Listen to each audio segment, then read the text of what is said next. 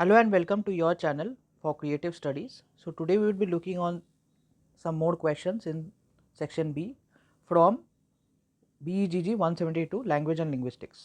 तो जैसे आप यहाँ पर देख सकते हैं it is like there are some rules of how to answer the questions. So यहाँ पर 300 words का है, ये short question में भी आ सकता है, long question में भी आ सकता है, तो you can expect that if it is coming in short question then it would be in 100 and 200 words or maybe within 300 words and long answers जो होते हैं वो 400 words के 400 वर्ड्स 450 वर्ड्स तक आपको लिखना पड़ता है 20 मार्क्स के लिए, ठीक है। Let's start with the first question.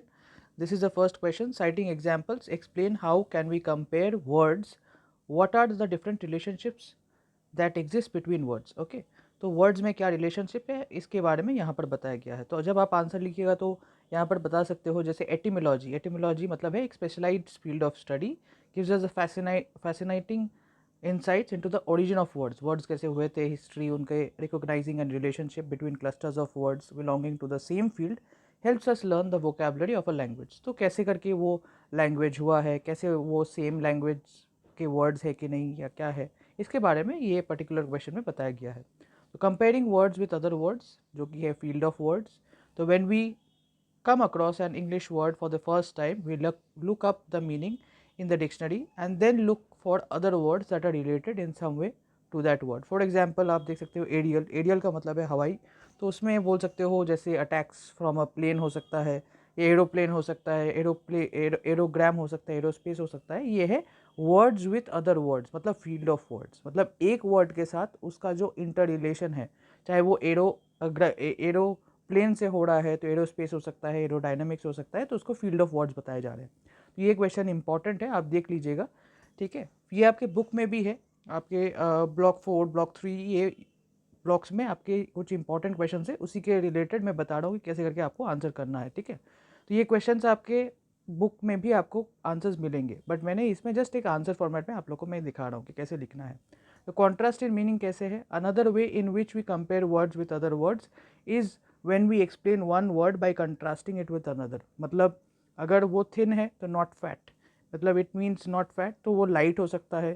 Thin का जो कॉन्ट्रास्ट है जैसे ऑपोजिट हो सकता है, जैसे थिन का फैट, हॉट का कोल्ड, लाइट का हैवी, स्मूथ का रफ. तो ये और एक हो सकता है कॉन्ट्रास्ट इन मीनिंग, ठीक है. फिर है सिमिलैरिटी इन मीनिंग, मतलब अगर आप देखोगे तो सिनोनिम भी बोल सकते हो आप, ठीक है. जैसे डिज़ास्टर है तो कैलामिटी हो सकता है, ठीक है, कैटास्ट्रॉफी हो सकता है, ठीक है. ये एक टाइप का सेम टाइप का आपका सिमिलैरिटी इन मीनिंग है. ये आपके बुक्स में भी आपके पास अवेलेबल है, तो do not worry, I am just giving you the questions and how you can answer. Okay, फिर क्या है वर्ड्स विथ रिलेटेड सेंसेस, मतलब रिलेटेड सेंसेस मतलब हो सकता है फील्ड ऑफ फ्लावर्स, ठीक है. तो फील्ड ऑफ फ्लावर्स अगर हो तो उसमें जैसे मैरीगोल्ड है, रोज़ है, लिली है, जैस्मिन है, सनफ्लावर है, तो वो फील्ड ऑफ फ्लावर्स हुआ, मतलब वर्ड्स विथ रिलेटेड सेंसेस. उसका जो वर्ड्स विथ रिलेटेड सेंसेस है उसको ये चीज़ में बताया जा रहा है, ठीक है. अब आप इस चीज़ में देखिएगा, इसका क्या नाम है, हाइपोनिमी, ठीक है.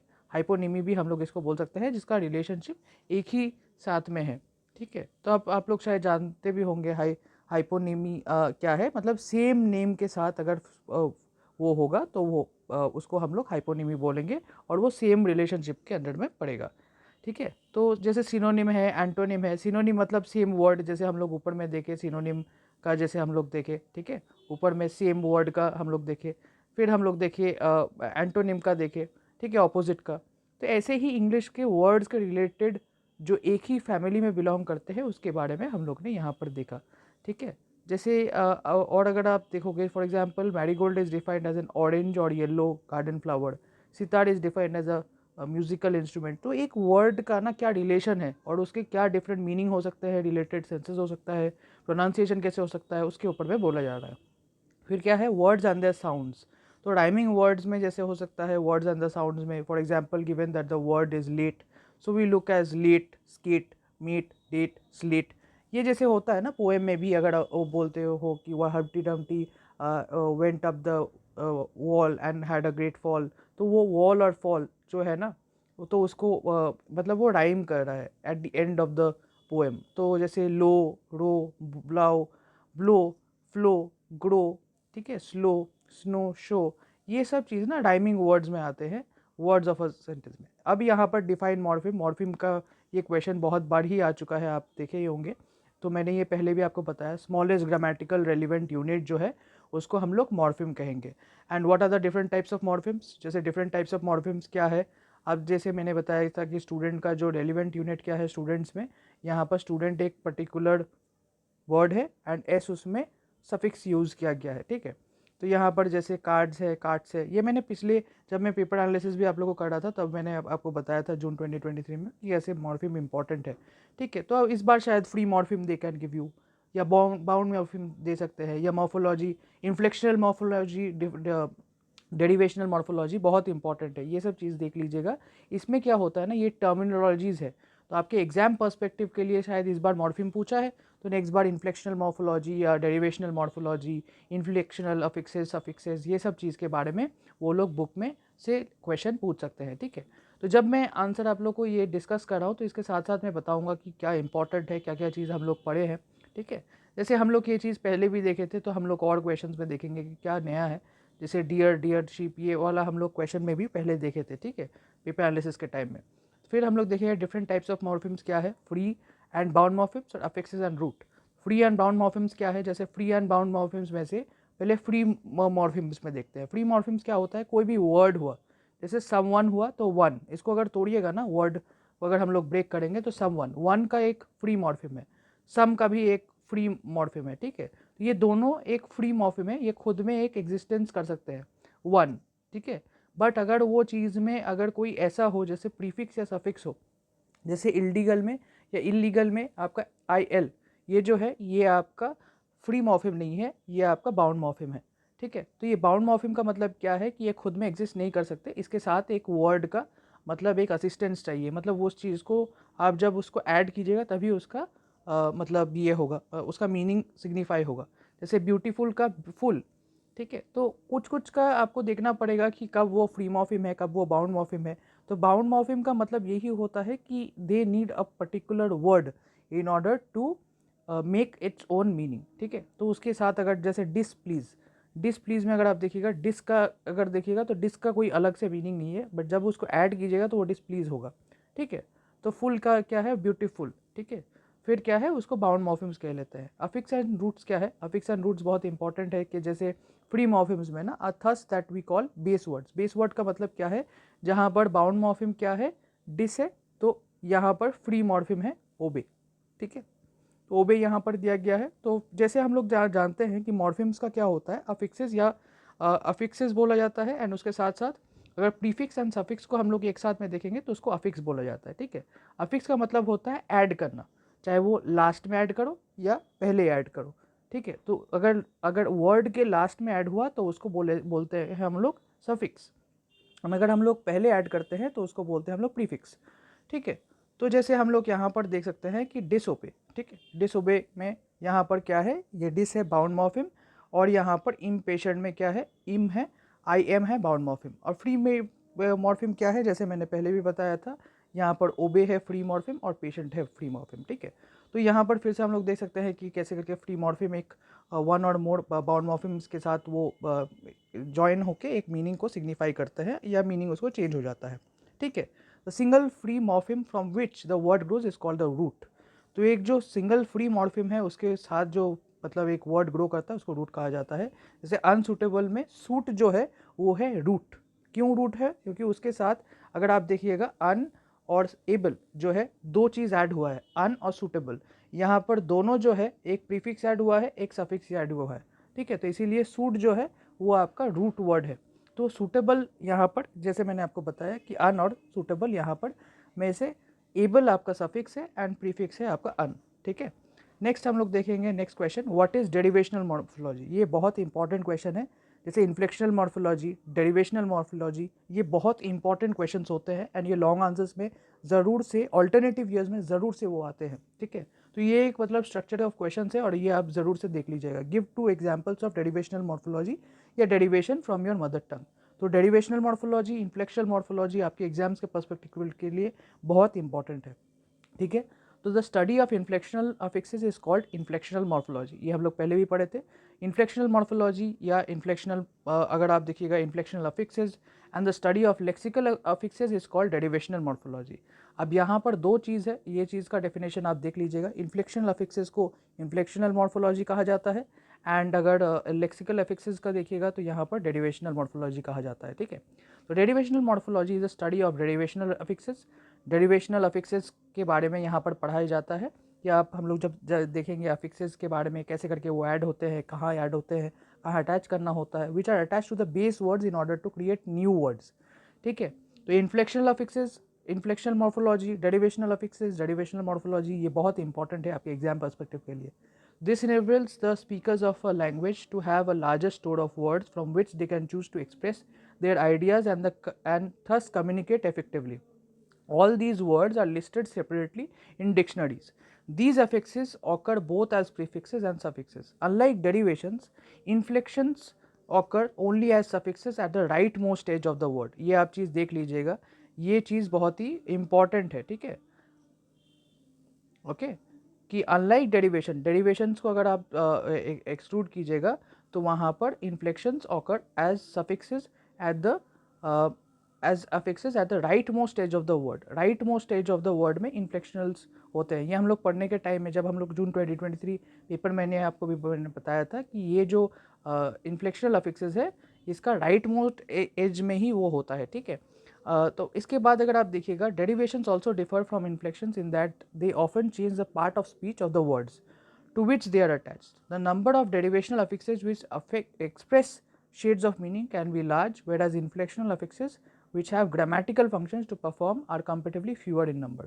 तो inflectional affixes क्या होते हैं, grammatical unit के लिए यूज़ होते हैं, एंड ये मैंने बहुत बार आप लोग को बताया है कि grammatical unit में जब वो होता है तो उसका मीनिंग चेंज हो सकता है, whereas डेरिवेशनल यूनिट में भी एक जो वर्ड ऐड होता है राइट साइड में, उस चीज़ में आपको देखना है, ठीक है।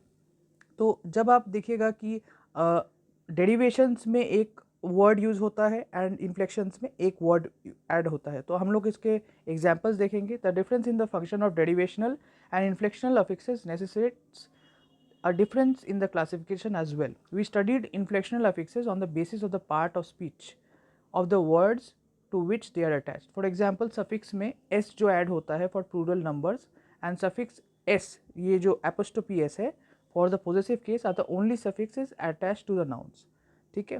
तो derivational affixes however cannot be studied with reference to the parts of speech, जैसे यहाँ पर dis और disordered है, ठीक है, dis plus honest है, dis plus obey है, तो ये आपका क्या है, यहाँ पर एग्जाम्पल्स दिया गया है। जैसे यहाँ पर कुछ कुछ चीज़ आप अगर देखिएगा तो सिर्फ स्पीच ऑफ वर्ड से ही नहीं अटैच कर सकते, इसमें सब सफिक्स नहीं होता है, कुछ कुछ चीज़ में रेस्ट्रिक्शंस भी होते हैं स्पीच में। फॉर एग्जांपल प्रीफिक्स जो है dis plus order, dis plus honest, और वर्ब्स डिस प्लस ओबे, ठीक है। तो वर्ब्स में जैसे हो सकता है डांसर, राइटर, ये जो चीज़ है ना, प्लेयर, रनर, कैनॉट, ये सब चीज़ में एक पर्टिकुलर एग्जाम्पल्स के वे में आप दे सकते हो, ठीक है। Derivational morphology is a process where one word is change into another. एक जो डेरिवेशनल मॉर्फोलॉजी में है वो एक वर्ड से दूसरा वर्ड में चेंज होता है। The process takes a word stem like national and adds a prefix, suffix और इनफिक्स। इनफिक्स का मतलब है अंदर में डालना, ठीक है, मतलब एक पर्टिकुलर वर्ड के बीच में डालना, मतलब दो, एक सपोज पकड़ लीजिए, एक पर्टिकुलर वर्ड है, इसके बीच में अगर ऐड होता है तो उसको इनफिक्स कहा जाता है, ठीक है। प्रीफिक्स मतलब पहले, सफिक्स मतलब बाद में, एंड इनफिक्स मतलब in the middle of the particular word, ठीक है। तो new word such as international को और नेशनलिटी, ठीक है। The word fragments added to the stem words are called morphemes. जैसे हम लोग पहले भी बताए थे कि एक छोटा जो ग्रामेटिकल यूनिट होता है, रेलिवेंट ग्रामेटिकल यूनिट, उसको मॉर्फिम कहा जाता है। एंड हेंस मॉर्फोलॉजी, ये जो प्रोसेस है, ये वर्ड का जो फॉर्मेशन को जो हम लोग कहते हैं उसको मॉर्फोलॉजी कहा जाता है। There are many common morphemes in English such as changes in derivational morphology are used to convert जैसे nouns से adjectives है, verbs है into another word. There are many derivational morphology combinations such as turning verbs into adjectives or nouns, and adjectives can be converted into adverbs, nouns, और ये just एक basic rule के type पर यहाँ पर दिया गया है। यहाँ पर बेसिकली आपको थोड़ा एग्जाम्पल्स देना है और इसको बताना है कि कैसे करके ये डेरिवेशनल मॉर्फोलॉजी में काम करता है, ठीक है। फिर क्या है, the term for converting an adjective और verb to a noun is called nominalisation. This is a key part of derivational morphology. तो ये वाला टर्म देख लीजिएगा, जैसे यहाँ पर नॉमिनलाइजेशन क्या है, ये पार्ट में जब आप अगर डेरिवेशनल मॉर्फोलॉजी आता है तो the term for converting an adjective और verb to a noun is called nominalisation, ठीक है।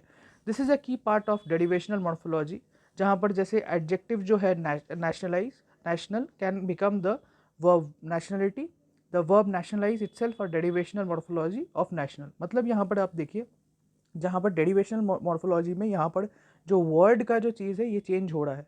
देखिए जैसे पहले यहाँ पर नेशनल है तो वो क्या होता है, नेशनलिटी होता है, यहाँ पर वर्ड में ऐड किया गया है नेशनलिटी, ठीक है। तो ग्रामेटिकल जो यूनिट है वो चेंज हो रहा है, फिर नेशनलाइज हो रहा है, ठीक है। फिर ये पर्टिकुलर वर्ड से कहाँ वो चेंज हुआ था, पहले उसका जो वर्ड था ना वो था नेशनल, तो वो नेशनल से ही कितना सारा चीज़ का आपका वर्ड में यहाँ पर एडिशंस हुए जो डेरिवेशनल मॉर्फोलॉजी के हिसाब से वो फॉर्मेशन हुआ, जैसे नेशनलिटी हुआ, नेशनलाइज हुआ, ठीक है। तो can be converted into nationalisation भी, ठीक है, अ नाउन। तो suffixes, prefixes, infixes perform a number of function. जैसे आप कहीं पर भी वर्ड में जैसे है वो टाइम में दे सकते हैं, जैसे for example affixes perform the same function as another and some are preferred for some words but not for others. For example English has atheist, यहाँ पर अगर आप देख सकते हैं यहाँ पर कितने सारे एग्जाम्पल्स दिए गए हैं, एंड एग्जाम्पल्स आपके क्वेश्चन में जब आप आंसर लिखते हो तो बहुत इंपॉर्टेंट होता है। जैसे यहाँ पर एथिस्ट है, नॉन थिस्ट है, पोलथिस्ट है, मल्टीथिस्ट है, ये जस्ट एग्जाम्पल्स में है कि कैसे करके एक वर्ड थिस्ट को यहाँ पर एथिस्ट से यहाँ पर दूसरे जगह पे यूज़ किया है।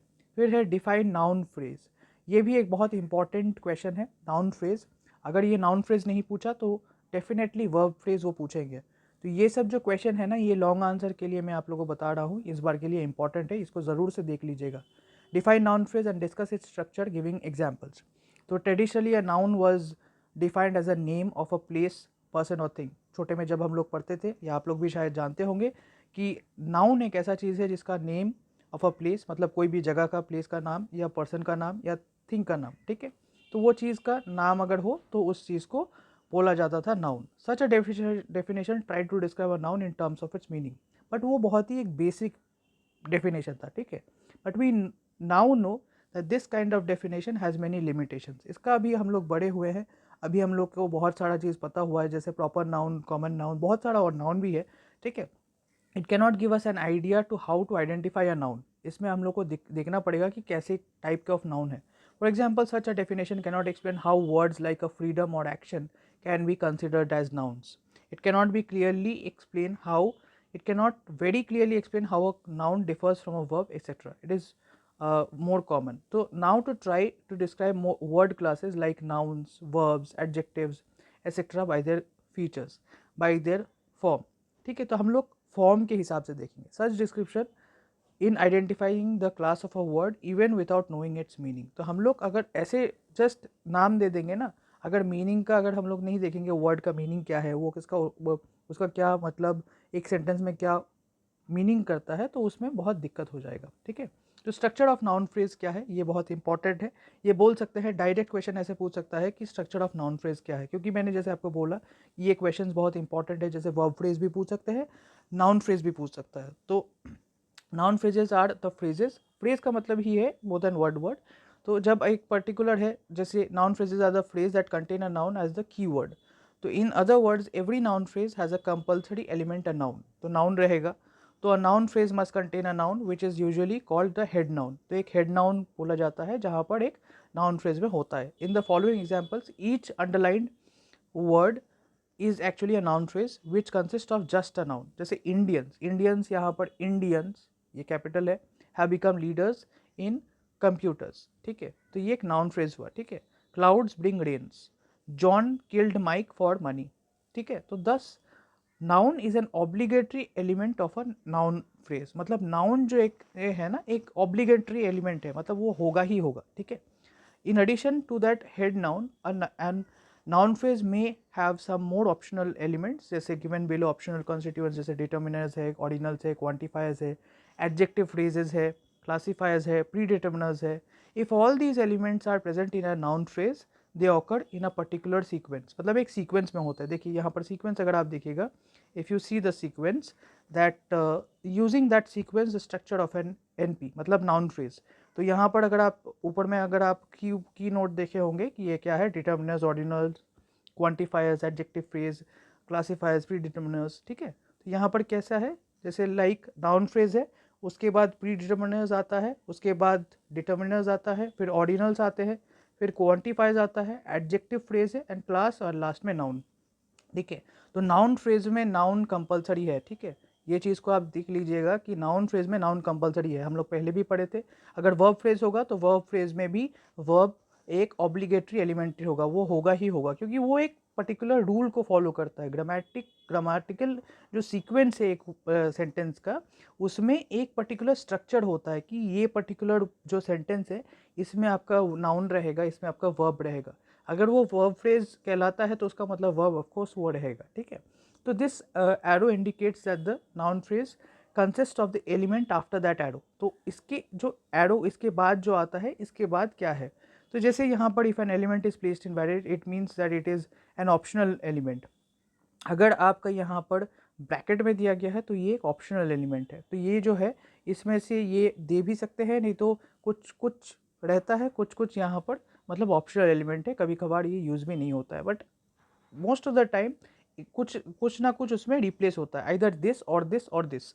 तो ऑप्शनल एलिमेंट है, कंपलसरी एलिमेंट नहीं है। ठीक है, now let us look at each of their constituents. ठीक है, अब हम लोग इसको जल्दी में देखेंगे कैसे करके ये चीज़ में क्या बोला जाता है कीवर्ड्स के हिसाब से। तो डिटर्मिनर्स का क्या है, 4 kinds of words can come under the head determiners. जैसे आर्टिकल्स है ए एंड दी। ठीक है, जैसे आर्टिकल्स हो गया ए, अ पर्टिकुलर थिंग। ठीक है, एन अम्ब्रेला। ठीक है, जैसे हम लोग जानते थे कि कॉन्सोनेंट जो था उसमें ए यूज़ करते हैं, अगर कोई प्लेस को सिग्निफाई करते हैं तो द यूज़ होता है। डेमोन्स्ट्रेटिव्स क्या है, जैसे दिस दैट दीज दोज, मतलब किसी को अगर बताना कि दिस इज़ माई पेन, या डेमोन्स्ट्रेटिव इसको बोला जाता है, जिसको डेमोन्स्ट्रेट किया जाता है। वर्ड्स को देखिएगा, अगर आप खुद ही समझ पाएंगे कि ये डेमोन्स्ट्रेट करने के लिए है। पॉजेसिव मतलब this is my pen, my pen, अगर आप देखिएगा माई पेन, तो माई माई का मतलब है कि मेरा पेन है। It is his watch. ठीक है, उसका वॉच है। ठीक है, राम्स हाउस। ठीक है, तो वो उसका हाउस है। तो ये एक पॉजिटिव है, मतलब एक पॉजिटिव पर्टिकुलर चीज़ को डिटर्मिनर्स कहा जाता है। मतलब इसमें डिटरमाइन किया जाता है कि ये किसका है, या किस चीज़ को बिलोंग करता है, या डेमोन्स्ट्रेटिव है, तो ये डिटर्मिनाइज है, डिटरमाइनर्स है। ठीक है, तो WH वर्ड्स मतलब विच, व्हाट, हुज एक्सेट्रा, मतलब ये डिटरमाइन करता है कि किसका है, या किस चीज़ पे बिलोंग करता है, या कहाँ से है। इसीलिए इसको डिटरमाइनर्स बोला जाता है फ्रॉम द कीवर्ड। ठीक है, for example in the following sentences the underlined NPs, मतलब नाउन फ्रेजेस में जैसे है consist of the det plus noun, मतलब determiners plus noun. The boys brought out a lizard, कहाँ से निकाले, वो the boys brought out a lizard. His book is lying on the chair. ठीक है, तो ऑर्डिनल्स क्या होता है, वर्ड्स डिनोटिंग सम सीक्वेंस और ऑर्डर आर ऑर्डिनल्स। जैसे यहाँ पर क्या है, first, second, third, last, next, इसको हम लोग ऑर्डिनल्स बोलेंगे, first, second, third, last, next. ठीक है, the first friends were really lovely, फिर हर नेक्स्ट एल्बम। क्वांटिफाइज क्या है, quantifiers are the words that denote quantity.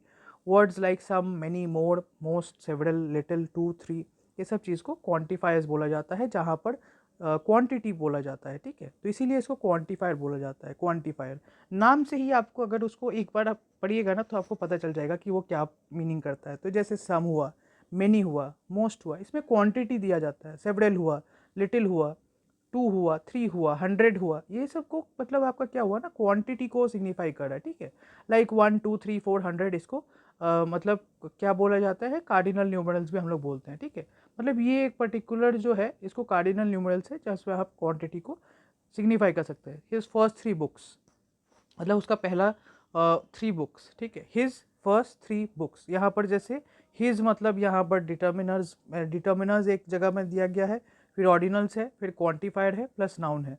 ठीक है, सोल्ड पुअरली, तो several people were waiting for some help. तो ये जब चीज़ आप देखिएगा ना एग्जाम्पल्स के साथ, उतना डिफिकल्ट नहीं है, कुछ एक दो एग्जाम्पल्स आप रखिएगा, एंड मेन कुछ कीवर्ड उसको ध्यान रखिएगा, ताकि वो चीज़ नाउन फ्रेज का कुछ रूल्स को आप सिग्निफाई कर सके, क्योंकि वो पूछ सकते हैं कि नाउन फ्रेज के बारे में बोलो, नहीं तो वर्ब फ्रेज के बारे में बोलो। इंपॉर्टेंट क्वेश्चन है ये सब। जैसे एडजेक्टिव फ्रेजेस भी है। ठीक है, जैसे नाइस, गुड, लार्ज, इसको एडजेक्टिव फ्रेजेस भी बोला जाता है। ठीक है, तो फिर आप देख सकते हो कि अ स्मार्ट यंग वुमेन केम इन। ठीक है, फिर क्लासीफायर्स क्या है, कोई चीज़ को क्लासीफाई करना कि this is noun such as college canteen. ठीक है, तो न कहाँ पर ये हो रहा है, कहाँ पर ये क्लासीफाई हो रहा है, साइंस कॉलेज, दिवाली डिस्काउंट, तो क्या चीज़ को बता रहे हैं। फिर क्या है, यहाँ पर कुछ भी आप एग्जाम्पल दे सकते हो, जैसे प्री डिटरमाइनर्स भी है, we have seen above the items that may occur in NP। ठीक है, अब जैसे यहाँ पर आप देख सकते हो कि प्रीडिटरमाइनर्स में क्या है, जैसे नाउन फ्रेज है, डिटर्मिनर्स है, ऑर्डिनल्स है, क्वांटिफायर्स है, एडजेक्टिव फ्रेज है, क्लासिफायर है। ठीक है, तो ये चीज़ में आप यहाँ पर देख सकते हैं कि कैसे करके नाउन फ्रेज में यहाँ पर दिया गया है कुछ एग्जांपल्स। तो यहाँ पर जैसे नेक्स्ट क्वेश्चन है, what are prefixes and suffixes, separate prefixes and suffixes from this particular words. कुछ वर्ड्स का यहाँ पर एग्जाम्पल दिया गया है। तो प्रीफिक्स क्या है? Prefix are like attached at the beginning of the word. ठीक है, beginning of the word prefix. ठीक है, तो वर्ड से पहले अगर होता है तो उसको प्रीफिक्स बोला जाता है ऐड करने के टाइम में।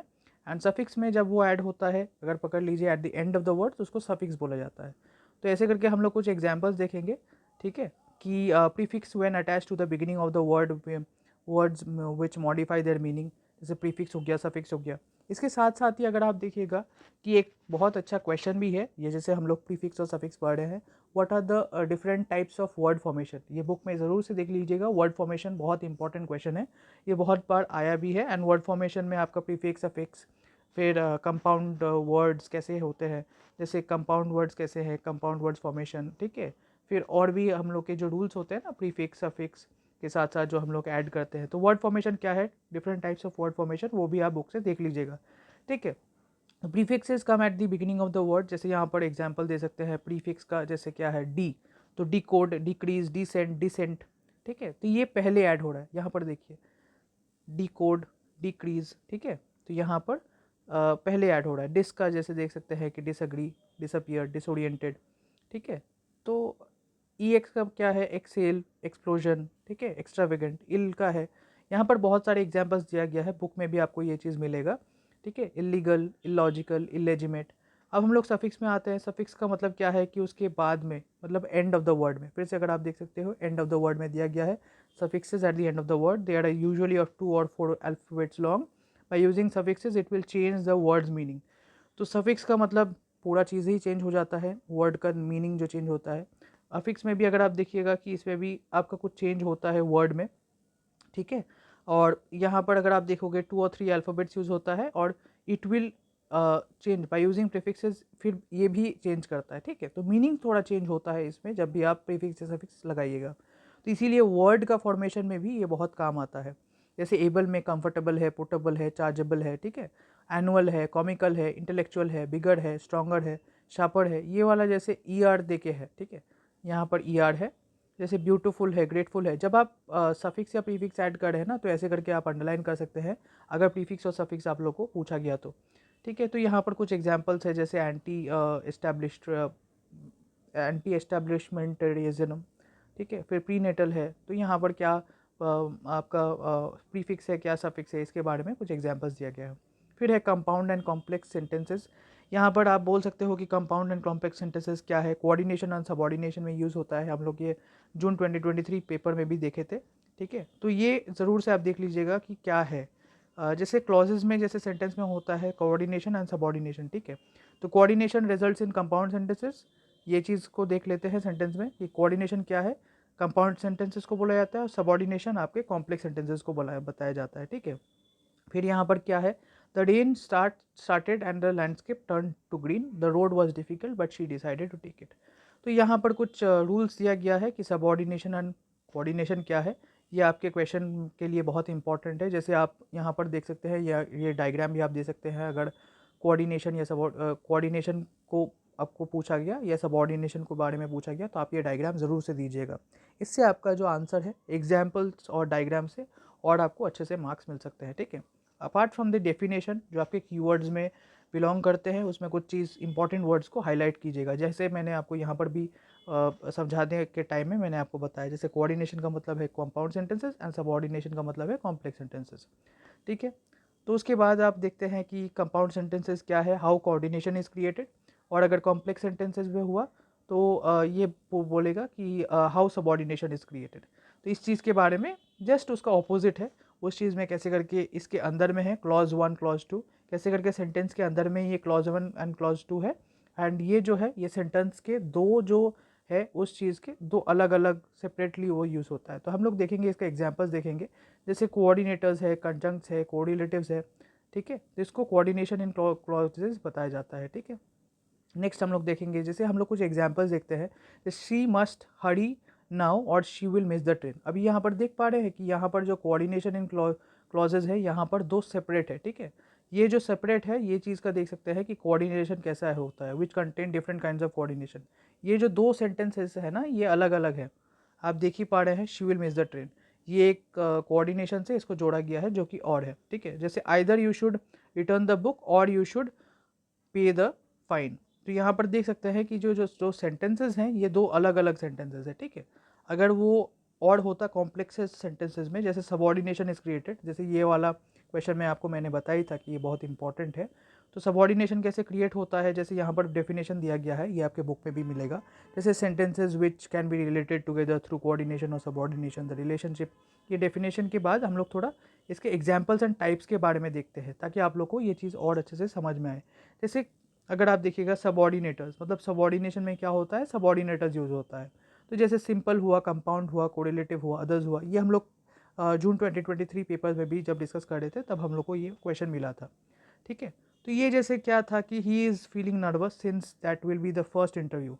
तो ये एक, अगर आप देख सकते हो कि एक सेंटेंस के अंदर में दिया गया है, he is feeling nervous since this will be his first interview. She arrived early so that she could spend some time in the office. We were all so tired that we could hardly walk. ठीक है, तो ये कुछ examples थे। अब हम लोग एक क्वेश्चन में आएंगे जो कि हमारे जून 2023 में भी आया था, how is human language different from animal language, animal communication, ठीक है। तो ये चीज़ जो है ये ऑलमोस्ट ऑल्टरनेटिव ईयर में ये पूछते ही हैं कि human language and animal communication क्या है, ठीक है। इसके बारे में आप जान लेना कि ह्यूमन लैंग्वेज कैसे कम्युनिकेट करते हैं एंड एनिमल्स कैसे कम्युनिकेट करते हैं, ठीक है। तो एनिमल कम्युनिकेशन के बारे में भी डायरेक्टली वो पूछ सकते हैं, ठीक है। तो there is no mode of action, no form of emotion that we do not share with the animals, it is only by language that we rise above them. ये ऑस्कर विल्डे का बहुत फेमस, अगर आप देखोगे, कोट है। तो what then is unique facility about language that sets us apart, मतलब ये हम लोग का जो ह्यूमन लैंग्वेज है, हम लोग के नीड्स को हम लोग बताते हैं। ये हमारे ये भी पूछ सकते हैं कि डिफाइन लैंग्वेज या ऐसे कुछ सिंपल टाइप का भी एक पूछ सकते हैं। तो आप ये इंट्रोडक्शन दे सकते हो कि लैंग्वेज क्या है, लैंग्वेज के बारे में भी ये पूछ सकते हैं, ठीक है। Language does not exist in vacuum, ये कुछ लैंग्वेज का ही कुछ डेफिनेशंस है। आपकी जो फर्स्ट यूनिट है ब्लॉक 1 का, उसमें आपके लैंग्वेज का बहुत अच्छे से डेफिनेशन दिया गया है कि लैंग्वेज कैसे करके इवॉल्व हुआ है, कैसे करके उसका नाम दिया गया है, ठीक है। और वो ह्यूमन माइंड में कैसे करके हम लोग उसमें सोशल या कल्चरल सिस्टम में हम उसको यूज़ करते हैं। अब जो इंपॉर्टेंट पार्ट है कि there have been number of attempts to determine the defining properties of human language. जैसे हम लोग देखते हैं आर्बिट्रेरनेस। आर्बिट्रेरनेस क्या है कि animal communication there is frequently a connection between the signals and the message sent. तो जो सिग्नल और मैसेज सेंट होता है उसके बाद में एक फ्रीक्वेंटली एक मतलब कनेक्शन होता है, ठीक है। For instance the animal who wishes to warn an opponent may stimulate an attacking attitude. जैसे अ कैट है for example will arch its back, spit and appear ready to pounce. तो मतलब एनिमल्स में भी ना एक साइन लैंग्वेज होता है, ये कम्युनिकेशन का एक मतलब हो सकता है कि आप देख सकते हो कि वो चीज़ वहाँ पर है, ठीक है। तो in human language the reverse is true and there is no natural link between a linguistic form and its meaning, ठीक है। That is the relationship between the signifier, the sound and the signified. तो यहाँ पर जैसे the need for learning, जैसे role playing by learning in an animal communication is very little. जैसे bee dancing है, bee dancing में अगर आप देखिएगा बी का जो डांसिंग है, चलिए हम इसको थोड़ा ये चीज़ में समझाते हैं कि ये ऐसे करके होता है, समथिंग लाइक 8, ठीक है। बी डांसिंग का जो अगर होता है ना तो वो 8 के टाइप में वो होता है एंड वो बीज जो होते हैं ना वो कम्युनिकेट करते हैं बीज के कॉलोनीज़ में, ठीक है। तो उनका जो कम्युनिकेशन होता है ना हर एक जैसे मतलब और भी जैसे एनिमल्स का शायद वो आवाज़ निकाल के करते हैं या कोई सिग्नल दे के करते हैं, जैसे बीज का 8 करके होता है अगर आप देखिएगा, ठीक है। फिर जो अगर आप देखिएगा और भी जो बर्ड्स है वो सिंग करके करते हैं दूसरे से को मतलब कम्युनिकेट। जैसे हम लोग देखते हैं कि ह्यूमन चाइल्ड है ना वो अगर आइसोलेशन में होता है तो उसमें भी कुछ ना कुछ चीज़ सीखता है, does not acquire language, whereas birds related to isolation sing songs. मतलब एक चीज़ आप देखिए कि जो बच्चा जो है वो आइसोलेशन में शायद वो उतना कुछ ना सीख पाए लैंग्वेज के हिसाब से, क्योंकि लैंग्वेज का मतलब ही है प्रैक्टिस। बट जो बर्ड्स के होते हैं उनके कुछ अपने जो लैंग्वेज जो है उसका एक अलग ही उन लोग का डेवलपमेंट बिल्ड होता है, ठीक है। वो जब अगर आप देखोगे तो वो अपना ही लैंग्वेज वो पहले से ही सीख के रखते हैं। तो इसको हम लोग चॉम्स्की का अगर आप देखोगे, जैसे ह्यूमन क्या होता है, लैंग्वेज एक्विजिशन डिवाइस, ये बहुत इंपॉर्टेंट है, मैंने आपको पहले भी बताया था। लैंग्वेज एक्विजिशन डिवाइस जो कि मेंटलिस्ट में भी ये चीज़ में ज़रूरी है, एंड आपका ये इंग्लिश लैंग्वेज टीचिंग में भी ये वर्ड्स यूज़ किया गया है, ठीक है।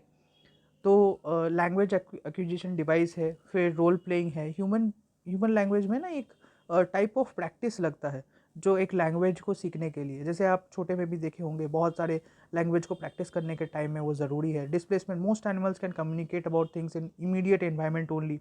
एनिमल का बहुत एक अलग वे ऑफ कम्युनिकेशन होता है, जैसे कभी वो मूव करने के टाइम में वो जैसे बताते हैं, तो कैसे करके वो अगर आप देखते ही होंगे कि कैसे करके वो दूसरे को वार्न करते हैं, चाहे तो वो एक एंट ही क्यों ना हो या कोई एक जानवर ही क्यों ना हो, वो अपने जो नीड्स है वो ज़रूर से उसको कन्वे करने का कोशिश करते हैं। जैसे डुअलिटी ऑफ स्ट्रक्चर अगर आप देखिएगा, तो animals have a stock of basic words, जैसे a cow has under 10 while gorillas have and children chimpanzees have been between 20 and 30, ठीक है। तो ये internal organisation of a system जो है उसमें उन लोग कैसे करके बताते हैं, कैसे करके उस चीज़ को एक्सप्रेस करते हैं, इस चीज़ के बारे में यहाँ पर बताया गया है, ठीक है। तो पैटर्निंग अगर देखिएगा, ये बुक में भी आपका दिया गया है, जो कैसे करके स्पॉट है, स्टॉप है, ऑप्ट्स है, पॉट्स है, टॉप है, तो कुछ कुछ चीज़ों का रूल है। तो ये टॉस नहीं होगा, पॉट्स नहीं होगा, ठीक है, PTOS नहीं होगा, और OPST होगा नहीं होगा। इसका एक सीक्वेंस का भी कुछ रूल्स होते हैं, ठीक है। फिर यहाँ पर अगर आप देखिएगा, ये पर्टिकुलर थी चीज़ था। एंड लास्ट अगर आज हम लोग देखेंगे, जैसे mentalist question the principles of structuralism in mid 20th century, discuss how the this shift occurred in the study of the language, do you find any similarities between Chomsky's ideas and societies, ठीक है। तो अगर आप देखिएगा, ये last question होगा, and mostly आप लोग जानते भी हैं कि कैसे करके क्वेश्चंस बुक से लिए जाते हैं एंड प्रीवियस ईयर क्वेश्चंस में दिया गया है। कुछ कुछ पोर्शंस मैंने पहले भी आप लोगों को बताया कि मेंटलिस्ट, स्ट्रक्चरलिस्ट, सोशियो लिंग्विस्ट जो होते हैं उनका इंपॉर्टेंट रोल होता है, ठीक है। तो the term of structuralism was given to the school of thought by France when Claude Levi Strauss. ये स्ट्रक्चरलिज्म के लिए बहुत इंपॉर्टेंट क्वेश्चन भी है, एंड ये क्वेश्चन प्रीवियस ईयर क्वेश्चन में आया भी है, ठीक है। तो ये ज़रूर से देख लीजिएगा, जो लेवी-स्ट्रॉस है, क्लॉडी लेवी-स्ट्रॉस, उन्होंने पब्लिश किया था एंथ्रोपोलॉजी स्ट्रक्चरल, ठीक है, 1958 में। फर्स्ट जो स्ट्रक्चरलिज्म के बुक के हिसाब से उसको कहा जाता है, वो एक इम्पॉर्टेंट वर्क है। उसके साथ साथ जैसे लिंग्विस्ट एक particular relationship between the members of the system, इस चीज़ के बारे में बताए कोशिश की। स्ट्रक्चर इसका मतलब है स्ट्रक्चर, एक पर्टिकुलर चीज़ के बारे में, स्ट्रक्चर के बारे में बताते हैं, एक लिंग्विस्टिक कॉन्शियसनेस के बारे में बताते हैं। In contrast to structure the mentalist refuse to look at the language, जहाँ पर वहाँ पर मैकेनिस्टिक मेथड्स नहीं होंगे, जहाँ एक लिंग्विस्टिक कॉन्शियसनेस होगा of speakers must be considered important in the study of language and thought, ठीक है। तो मेंटलिस्ट और cognitivist as they were called, mentalist को कॉग्निटिविस्ट भी कहा जाता है क्योंकि वो कॉग्निटिव एबिलिटीज़ या एक इंसान की मेंटल एबिलिटी या एक जो चाइल्ड है उसका मेंटल एबिलिटी, जैसे लैंग्वेज एक्विजिशन डिवाइस हम लोग कुछ देर पहले ही पढ़े नॉम चॉम्स्की के बारे में, वो भी आपका मेंटलिस्ट में ही होता है, ठीक है। जैसे सॉसर है लिंग्विस्टिक्स के स्ट्रक्चरलिज्म स्कूल ऑफ थॉट में, वैसे आपका क्लॉडे लेवी-स्ट्रॉस भी आपका स्ट्रक्चरलिज्म के स्कूल ऑफ थॉट में है। वैसे ही अगर आप देखोगे मेंटलिस्ट में आपका नॉम चॉम्स्की है, ठीक है। तो नॉम चॉम्स्की का यहाँ पर जैसे बहुत इंपॉर्टेंट वर्क है, जैसे मैंने आप देख ही रहे हो कि जो इंपॉर्टेंट वर्क्स होते हैं उनको मैंने यहाँ पर अंडरलाइन करके रखा है। जैसे लिंग्विस्टिक्स का उनका जो बहुत अच्छा एक वर्क है, ट्रांसफॉर्मेशनल जनरेटिव ग्रामर, ये बहुत इंपॉर्टेंट वर्क है, ठीक है। फिर यहाँ पर अगर आप देख सकते हो मेंटलिज्म है, फिर मेंटलिज्म के साथ बिहेवियरिस्ट का भी यहाँ पर ये दिया गया है, एंड ये सब चीज़ आपके बुक में भी है, बस मैंने इसको आंसर फॉर्मेट में मैंने कैसे करके लिखना है इस चीज़ को मैंने बताया, ताकि ये जब आप लिखोगे तो कुछ कुछ की टर्म्स को आपको अंडरलाइन करना है। इन linguistics mentalism is associated both with generative linguistics and cognitive linguistics. Mentalist का जो नोशन है वो चॉम्स्की है, मतलब नॉम चॉम्स्की का रिलेशनशिप के हिसाब से है, जैसे वहाँ पर वो general theory of grammatical structure के बारे में बताते हैं, ठीक है, understanding of the language nature of language के बारे में बताते हैं, ठीक है। तो जैसे ब्लूमफील्डियंस है उसके बारे में भी आप देख लीजिएगा, ठीक है। And generative grammar is the theory of language proposed by Chomsky, जो कि जनरेटिव ग्रामर या यूजी भी एक है जो कि है यूनिवर्सल ग्रामर। चॉम्स्की का 2-3 बहुत इंपॉर्टेंट वर्क है, universal grammar, transformational generative grammar, ठीक है। TGG भी बोला जाता है, लैंग्वेज एक्विजिशन डिवाइस, जो कि मतलब कैसे करके लैंग्वेज एक्यूज मतलब वो एक्वायर करते हैं, एक बच्चा कैसे एक्वायर करता है या कैसे करके वो यूज़ होता है, उसके बारे में भी वो बताया है।